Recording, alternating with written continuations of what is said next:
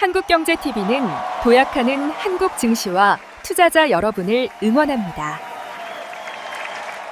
보합권을 중심으로 등락이 좀 엇갈리고 있네요. 앞서 이제 두 분 전문가하고 얘기 나눌 때 시장이 하락 전환하는 걸 제가 봤는데 지금 보니까 코스피 종합지수가 다시 강보합권에 있습니다. 오후까지 이제 이 보합권을 놓고 시장에서 이제 가격을 서로 맞추려고 하는 것 같습니다. 이 시간은 앞서 예고해드린 대로 방산 섹터를 좀 자세히 살펴볼 텐데요. 키움증권의 이한결 연구원이 나와 있습니다. 어서 오십시오. 네, 안녕하십니까. 연초에 방산 섹터가 조금 오르는 듯 하더니 맞습니다. 요즘 또 힘이 좀 빠지고 있는데 전반적인 분위기를 먼저 좀 점검해 주십시오. 연초 같은 경우에는 사실 이제 트럼프 정부의 국방 예산 확대 발언도 있었고, 이제 뭐 베네수엘라 군사 작전이라든가 뭐 이란과의 이런 제재 이런 부분이 좀 엮이면서 전체적인 글로벌 지정학적에 대한 불안감이 또 이제 다시 나오면서 주가를 좀 상승시켰던 동력이라고 좀 보고 있고요. 네. 그 중간중간에 이제 국내 업체들의 이런 추가적인 수주 소식들 이런 부분이 좀 업데이트가 됐는데 최근에는 이제 그런 업데이트 내용이 약간 약해졌고 또 이번에 이제 4분기 실적 시즌을 거치면서 대부분 좀 시장 기대치를 좀 하회하는 실적이 나오면서 당분간은 조금 눈높이를 좀 낮춰가는 구간이라고 좀 보고 있고요. 소폭의 조정세 이후로 이제 또 다시금 이제 수주 소식들이 업데이트되면서 이제 주가를 좀 끌어갈 모멘텀이 나오지 않을까 이렇게 좀 판단을 하고 있습니다. 당분간은 눈높이를 좀 낮추는 구간이라면 주가적으로는 별로 재미없는 시기가 조금 있을 것 같다라는 말씀으로 들리긴 하거든요. 말씀해 주신 게 이제 연초에 베네수엘라 공격이라든지 트럼프의 국방비에 대한 얘기 뭐 이런 것들 때문에 좀 좋았다라고 말씀 주셨으니까 그러면 전반적으로 우리가 지정학적 리스크를 좀 점검해 볼 필요는 있겠거든요. 근데 사실 방산주의 랠리가 시작된 게 어떻게 보면 러시아 우크라이나 전쟁 때부터라고 보이는데 네, 맞습니다. 네. 그게 이제 거의 끝나가는 시점으로 좀 보이거든요. 끝나갈 가능성도 좀 있어 보이고. 그렇다면 그 이벤트란 표현이 좀 그렇군요. 전쟁이 만약에 우리가 종결이 되거나 휴전으로 간다라고 하면 방산주의 주가도 좀 멈출 가능성이 있다 이렇게 봐야 되나요? 사실 이제 주가 흐름이나 이런 부분을 봤을 때는 이제 러시아 우크라이나 전쟁의 종전 관련된 이제 이슈들이 좀 언급이 되면서 센티에는 조금 부정적이었던 건 사실입니다. 근데 그 부분은 사실 이제 실제로 종전이 되면 방산주 측면에서는 이제 악재 해소라고 좀 저는 보고 있는 상황이고요.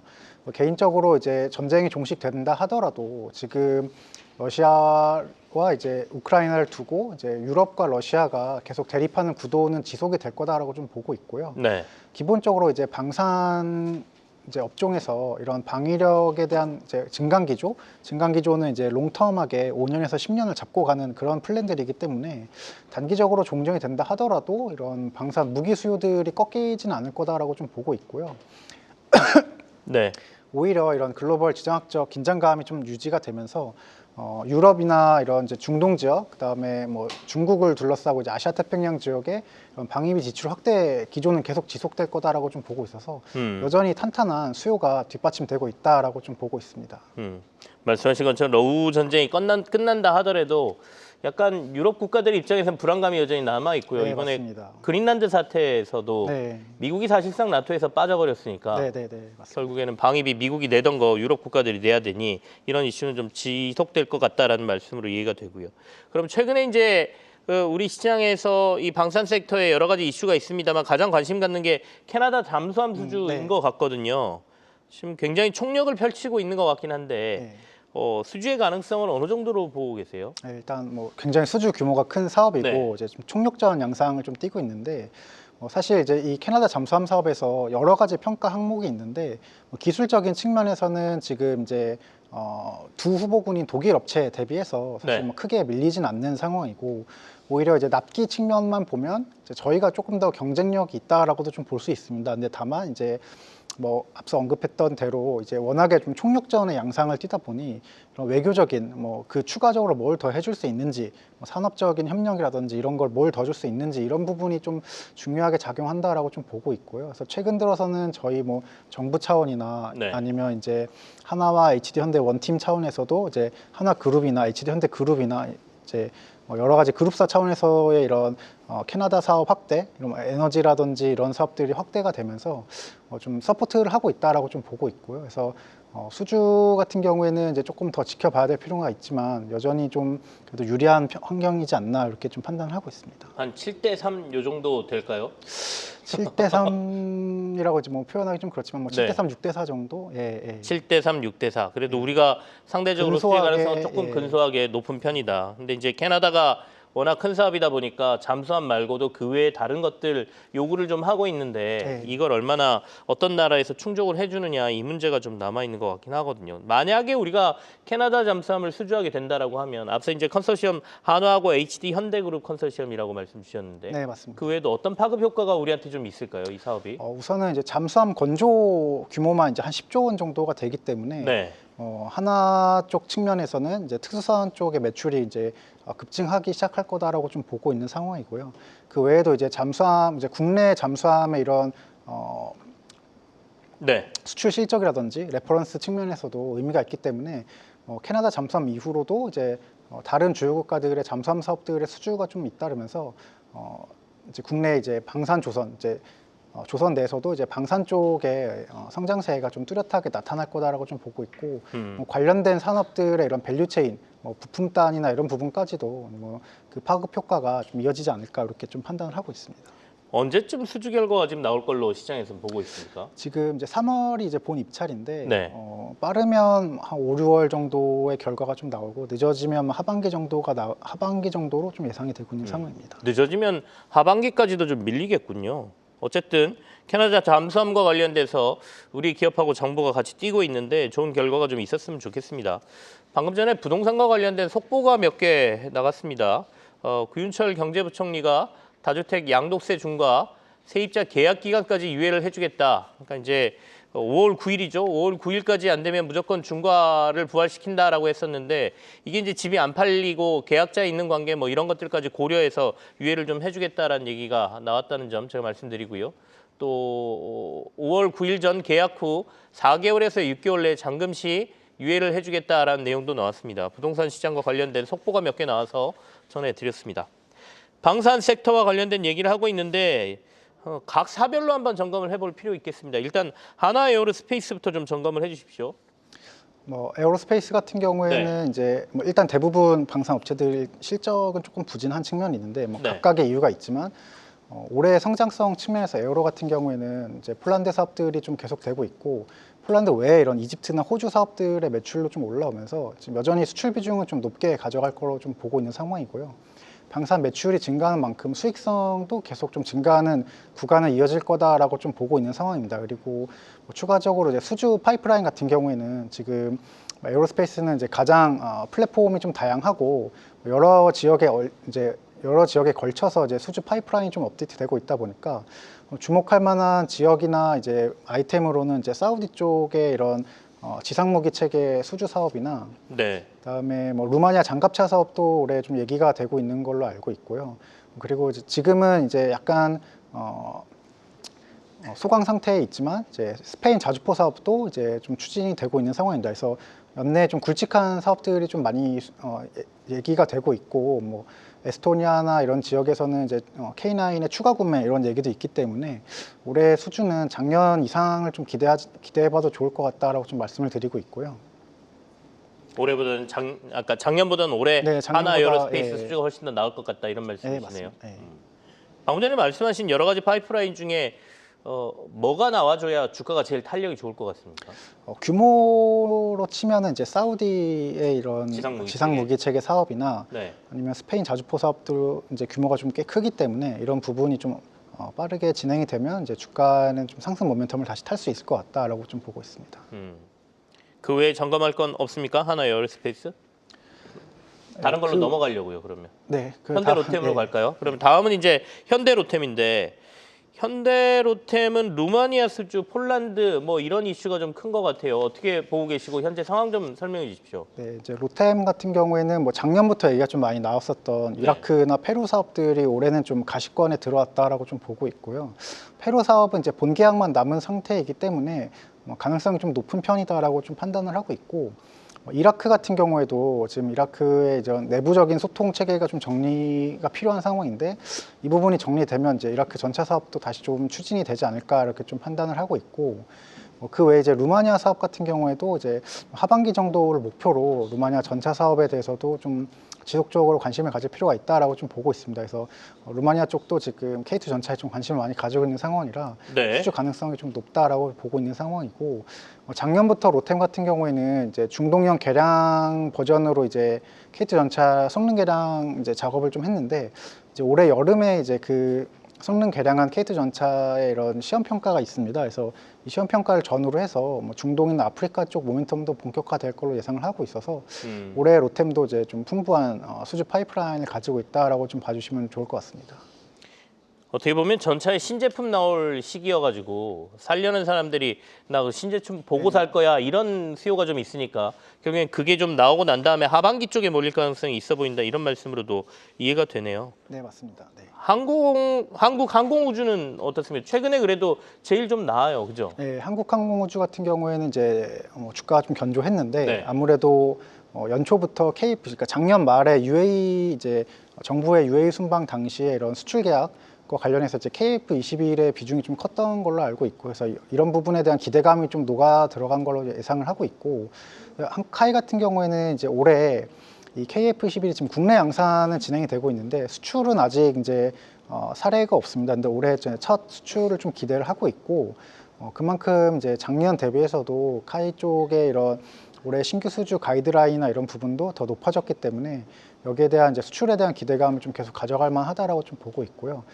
계속 얘기가 나왔던 이제 미국 이제 해군 고등 훈련기 사업, 이제 UJTS 사업 같은 경우에도 작년 미국 쪽의 이런 셧다운 여파로 이제 예산안이 좀 미뤄지면서 이제 입찰이 올해 2월, 3월로 좀 밀렸습니다. 근데 네. 내년 이제 27년 1분기 중에 사업자 선정을 앞두고 있기 때문에 올해 중으로 계속해 좀 체크해 나가야 될 사업이라고 좀 보고 있고요. 이 사업 같은 경우에도 지금 전투기 규모가 200대 정도는 될 걸로 예상을 하고 있기 때문에 단일 규모로 이제 가장 많은 대수를 팔 수 있다라고 좀 보고 있습니다. 그래서 좀 의미가 있는 사업이기 때문에 좀 주목해 볼 필요가 있다라고 좀 보고 있습니다. KF21 만약에 수출이 된다면 어느 국가 쪽으로 예상이 되나요? 지금은 이제 뭐 여러 국가 좀 논의를 하고 네네. 있긴 한데, 이제 기존에 이제 저희 기술 협력을 같이 했었기도 했고, 이제 인도네시아 이제 인니 쪽이 좀 가장 유력하지 않을까 이렇게 좀 보고 있고요. 그 외에도 이제 여러 지역과 관련된 수출 사항들이 좀 업데이트 가능성이 높기 때문에 좀 꾸준히 주목할 필요는 있다 이렇게 보고 있습니다. 대형사 중에는 LIG 넥스원이 남아 있습니다. LIG 넥스원이 주가가 좀 부진해요. 어떻게 저희가 봐야 될까요? 네, 넥스원 같은 경우에는 이제 뭐 실적도 비슷하게 이제 다른 업체 대비 조금 좀 부진한 게 좀 비슷했고, 네. 수주 측면에서도 이제 최근에 조금 뭐 가시화된 수주권들이 없다 보니까 뭐 단기적으로 이제 주가를 끌어갈 모멘텀이 좀 부족했다라고 좀 보고 있는 상황이고요. 근데 다만 이제 넥스원 같은 경우에는 이제 수주 모멘텀이 좀 약한 측면이 있는데, 이 넥스원의 무기 체계 특성상 이제 이런 미사일 무기 체계 특성상 수출함에 있어서도 뭐 비공시 대상이거나 이런 이제 사업들이 좀 많습니다. 그래서 수주 잔고나 이런 쪽에 좀 조용히 녹아져 내려가는 사업들이 많기 때문에 지금 수주 잔고는 계속 좀 확대가 되고 있는 편이고, 그런 점을 감안하면 넥스원도 좀 계속 좀 꾸준하게 수출은 되고 있다라고 좀 봐주시면 될 것 같습니다. 이제 4개 회사의 이슈들을 저희가 점검을 좀 했는데 그러면 올해 전반적으로 이 방산주들에 대한 전체 실적 전망 숫자를 좀 들어보고 싶거든요. 어떻게 보고 계십니까? 올해 전반적으로 실적은 네. 이제 작년 대비해서도 이제 매출과 이제 이익 모두 좀 늘어나는 포션이라고 좀 판단을 하고 있고, 네. 이제 작년 기준으로 이제 잔고가 이제 대략 한뭐 전사 다른 사업까지 합쳐서 한 150조 정도 되는 걸로 좀 알고 있는데, 거기에 기반해서 이제 이익은 계속 좀 상승하는 구간이다라고 좀 보고 있고, 올해 수주 받는 거 이제 수주가 좀 올해 좀 파이프라인이 여러 개가 있기 때문에 수주 잔고 확대도 이제 올해도 한 최소 뭐 하이 싱글 정도의 수주 잔고 확대는 좀 기대해 볼 만하지 않을까 이렇게 좀 보고 있습니다. 하이 싱글이라고 하시면 뭐 9%, 8%대 정도의 수주 잔고는 늘어날 가능성이 있다. 네. 이익의 증가는 어떻게 보세요? 방금 전에 2025년도 4개사의 이익 그 수치가 나왔거든요. 보면 현대로템의 이익 증가가 가장 많았던 걸로 보이는데 올해는 어떻습니까? 아무래도 이제 증가폭 자체는 뭐 업체별로 이제 약간 수출 비중이나 이런 거에 따라서 네. 뭐 올해 뭐 인도 계획이나 이런 부분에 따라서 조금 달라질 수는 있는데 성장폭 자체는 지금 작년에 성장을 좀 많이 했었던 수출 비중이 많이 올라왔던 뭐 에어로스페이스나 로템의 성장폭은 올해는 조금 둔화가 될 수밖에 없다라고 좀 보고 있고요. 네. 이게 이제 성장 이제 그로스 측면에서 좀 말씀드린 거고, 근데 절대적인 이익의 규모 자체는 좀 늘어난다라고 보시면 될 것 같습니다. 그리고 추가적으로 이익 성장폭이 좀 가장 클 걸로 예상이 되는 기업은 카이 같은 경우가 지금 올해 작년 대비 양산 납품 대수도 좀 많이 늘어나기 때문에 이익 성장폭 자체는 이제 한국항공우주에 좀 가장 클 것으로 예상이 되고 있습니다. 올해는 한국항공우주의 이익 성장폭이 좀 클 것 같다. 그리고 이제 이른바 기저 효과라는 것들이 있어서 전년도가 너무 안 좋으면 그 다음 연도에 좀 좋아지는 것처럼 맞습니다. 보이고 이런 것들이 있는데 현대로템은 이제 작년이 좀 그런 거였죠. 그러니까 수주가 확 늘면서 이익이 좀 많이 느는 거고 카이는 좀 부진했었는데 올해는 이제 카이가 도리어 더 그게 빛날 것 같다라는 말씀이시거든요. 네, 맞습니다. 네. 지금 설명을 들으면 방산 섹터가 나쁘지 않다. 올해도 수주도 늘어나고 전반적으로 괜찮다라는 말씀으로 들리는데 그럼 주가라는 게 언젠가 우리가 이른바 피크아웃이라는 게 생기잖아요. 네, 맞습니다. 수주도 그렇고 네, 이익도 네, 그렇고 어느 정도까지를 저희가 봐야 될까요? 방산주가 그래도 벌써 한 2, 3년 계속 달려왔거든요. 네, 맞습니다. 네. 어떻게 보세요? 이제 방산업의 이제 특성상 아까도 이제 잠깐 언급드렸지만 이 사이클이 네. 길게 이제 방위비를 좀 증강하는 시기에는 좀 긴 호흡을 가지고 이 방위비를 증가를 시키기 때문에 여전히 수주할 파이프라인이나 이런 것들은 좀 많이 남아 있다라고 좀 보고 있고요.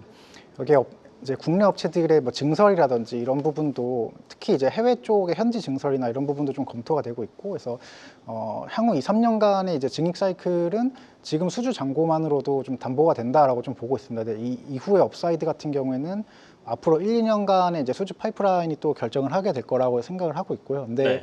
올해도 이제 말씀드린 대로 올해 파이프라인이 좀 풍부하다는 말씀을 드렸었고 내년에도 이제 여러 가지 뭐 교체 사업이라든지 뭐 신규 이제 사업이라든지 이런 부분들이 또 나올 거기 때문에 여기에 있어서도 뭐 충분히 좀 기대감을 가져도 좋을 거다라고 좀 보고 있고 그래서 뭐 결론적으로 말씀을 드리면 이제 뭐 증익 모멘텀은 한 5년 정도는 계속 갈 것 같다 이렇게 좀 보고 있습니다. 향후 5년 정도는 방산주에 계속해서 수주나 뭐 이런 실적이 늘어나는 구간이 있을 것 같다. 네. 그러면 지금 뭐 방산주에서 우리가 좀 오래 투자하신 분들도 수익을 챙겨서 빠져나오거나 그러지 말고 더 길게 가라 이런 말씀이신가요? 네, 맞습니다. 우리 이제 방산 쪽만 이슈를 집중했는데 사실 방산하고 우주항공이 겹쳐 있잖아요. 네. 최근에 이제 스페이스X 때문에 국내 우주항공 관련주들도 굉장히 좀 뜨겁거든요. 이쪽도 네, 좀 맞습니다. 투자 포인트가 뭐가 있는지 점검을 좀 했으면 좋겠습니다. 우주항공주 같은 경우에는 우선 이번 이제 올해 가장 큰 이제 이벤트는 스페이스X의 상장이 있을 거다라고 네. 좀 보고 있고 그래서 뭐 관련해서 이제 스페이스X에 납품하는 밸류체인이라든지 뭐 이런 업체들이 좀 관심을 많이 받을 거다라고 좀 보고 있고 국내 같은 경우에는 국내 같은 경우는 이제 올해 하반기에 또 이제 누리호 발사가 또 예정이 되어 있고 그 외에 이제 위성 사업이라든지 이런 여러 가지 국내 사업들도 좀 진행이 될 거로 좀 보고 있습니다. 그래서 이 연관된 이제 뭐 위성 체계나 발사체 사업들을 좀 하는 기업들을 좀 눈여겨 볼 필요가 있다라고 좀 보고 있고요. 그리고 이제 좀 추가적으로는 지금 스타링크가 이제 스페이스X 상장에 가장 큰 기여를 하는 게 이제 뭐 발사체도 있지만 스타링크의 성장도 있는 부분인데 이 이제 우주의 이런 이제 위성 인터넷 시장이 좀 개화가 되면서 여기에 딸린 이제 밸류체인들 뭐 안테나라든지 게이트웨이라든지 이런 제품을 좀 이런 이제 밸류체인들도 수혜가 좀 예상이 되고 있는 상황이고요. 그래서 뭐 거기에서 좀 이제 최근에 뭐 실적도 좋았고 좀 잘 하고 있는 인텔리안테크 같은 경우도 이제 주목을 해볼 필요가 있다 이렇게 좀 말씀드리고 있습니다. 인텔리안테크만 잠깐 말씀을 해주셨는데 실제로 스페이스X나 스타링크하고 관련된 조금 그래도 국내 상장사 중에 있다면 어디가 있습니까? 이제 소재나 이런 부분 네. 납품하는 이제 업체들 같은 경우 뭐 스피어라든지 HBM이나 이런 업체들이 있다라고 좀 보시면 될 것 같고요. 네. 세아베스틸 지주 뭐 이런 이제 합금이라든지 이런 원료를 좀 납품하는 업체들이 있다라고 좀 보시면 될 것 같습니다. 그럼 좀 정리를 해보죠. 우리가 방산하고 우주항공까지 전체 섹터를 봤으니까 이 중에 지금 연구원님께서 보시는 탑픽이 어떤 건지가 좀 궁금하거든요. 방산과 우주항공 통틀어서 탑픽은 이제 하나 에어로스페이스를 좀 말씀을 드리고 있고요. 네. 네, 앞서 말씀드렸던 대로 이제 올해 수주 파이프라인이 좀 가장 풍부하고 증익 같은 경우에도 이제 성장폭은 이제 작년에 대비해서 조금 둔화되긴 하지만 매출 규모가 늘어나면서 이익의 그로스 자체는 뭐 계속될 거다라고 좀 보고 있기 때문에 여전히 좀 긍정적으로 좀 바라보고 있고요. 우주항공 측면에 있어서도 이제 올해 또 누리호 발사가 예정되어 있고 지금 이제 하나 에어로 이제 그룹사 아래로 또 이제 뭐 하나 시스템이나 세트레가이 같은 위성 업체들이 또 이제 위성 업체들이 또 사업을 네. 하고 있기 때문에 이런 그룹 차원에서 이런 우주 관련된 밸류 체인도 좀 잘 구축이 되어 있습니다. 그래서 그런 부분에 있어서 좀 가장 주목할 만한 종목으로는 이제 에어로스페이스를 좀 말씀드리고 있습니다. 하나 에어로스페이스는 그러면 목표가를 제시하셨나요? 네. 얼마에 제시가 됐어요? 지금 목표 오늘 주가는- 지금 112만 2천 원에 예, 165만 원. 165만 원. 예. 상향을 만약에 해야 된다라고 하면 뭐가 터져야 목표가가 상향되는 건가요? 목표 주가 같은 경우에는 이제 뭐 결국 실적이나 이런 부분 네. 기반이기 때문에 뭐 추가적인 수주 파이프라인이 더 터지면서 뭐 매출이나 이런 추정치에 이제 증이익이 나오게 되면 뭐 자연스럽게 목표 주가가 올라가는 경우가 있고 그 외로는 뭐 이제 피어들의 밸류에이션 이제 뭐 전반적으로 좀 같이 보기 때문에 뭐 네. 해외 업체들이라든지 이런 부분들의 뭐 밸류가 좀 올라가면 국내 업체들도 좀 같이 따라서 올라가야 되지 않나 이렇게 좀 보고 있어서 그런 부분이 좀 영향을 미칠 것 같습니다. 알겠습니다. 가장 탑픽은 하나 에어로스페이스 보고 계신다라고 했고 목표가는 이제 165만 원 제시하고 계신다라고 말씀 주셨습니다. 올해 방산하고 우주항공 투자할 때 우리 투자자분들이 꼭 고려해야 될 게 있다면 그것까지 말씀 듣고 오늘 정리를 하겠습니다. 아무래도 이제 방산도 그렇고 이제 우주항공 같은 경우는 이제 올해 좀 대형 이벤트가 있다 보니까 그 이벤트를 좀 전후로 주가나 이런 뭐 이제 이런 부분 좀 고려해야 될 것 같고 방산 같은 경우에는 이제 뭐 항상 말씀드리는 얘기지만 특히 면밀하게 수주 파이프라인들을 좀 점검하는 필요가 있다라고 좀 얘기를 드리고 있습니다. 이제 우주 관련해서도 이제 관련된 발사 일정이라든지 뭐 IPO 일정이라든지 이런 일정을 좀 체크를 해서 그 전후로 좀 대응을 하는 게 좋지 않을까 이렇게 좀 보고 있습니다. 알겠습니다. 오늘 방산주하고 우주항공 섹터까지 같이 점검을 해봤습니다. 키움증권의 이한결 연구위원이었습니다. 고맙습니다. 네, 감사합니다. 네, 시장이 앞서도 이제 보합권에서 오늘 좀 움직이고 있다라고 말씀드렸고요. 현재 코스피 종합지수는 0.45% 상승한 5,321에서 거래가 이루어지고요. 코스닥 종합지수는 현재 하락 중입니다. 0.74% 하락한 1,119선에서 움직입니다. 오늘 일본 증시가 굉장히 연일 좋은데요. 일본은 지금 2% 이상 상승을 하고 있고요. 다카이치 총리의 총선 승리가 굉장한 기대감을 일본에 좀 주는 것 같습니다. 환율은 앞서는 엔화하고 원화가 좀 반대로 움직였는데 지금은 동조화돼서 엔화가 오늘 좀 강세를 보이니까 원화도 조금 소폭 하락하는 모습이네요. 1,457원에서 거래되고 있다라는 말씀까지 드리죠.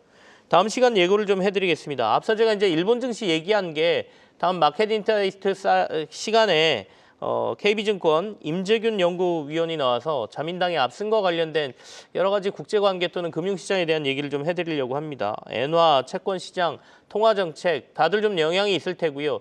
특히 미국하고 일본하고의 이 통화정책이 좀 반대 방향으로 가고 있지 않습니까? 이게 시장에 미칠 영향 이런 것까지 좀 들어보시죠. 엔화가 결국에는 원화의 환율에도 영향을 주기 때문에 우리하고도 영향이 좀 있습니다. 마켓 인사이트까지 같이 보시면서 전략 좀 점검하시길 바라겠습니다. 저는 오늘 여기서 마무리를 짓겠습니다. 내일 찾아옵니다. 고맙습니다.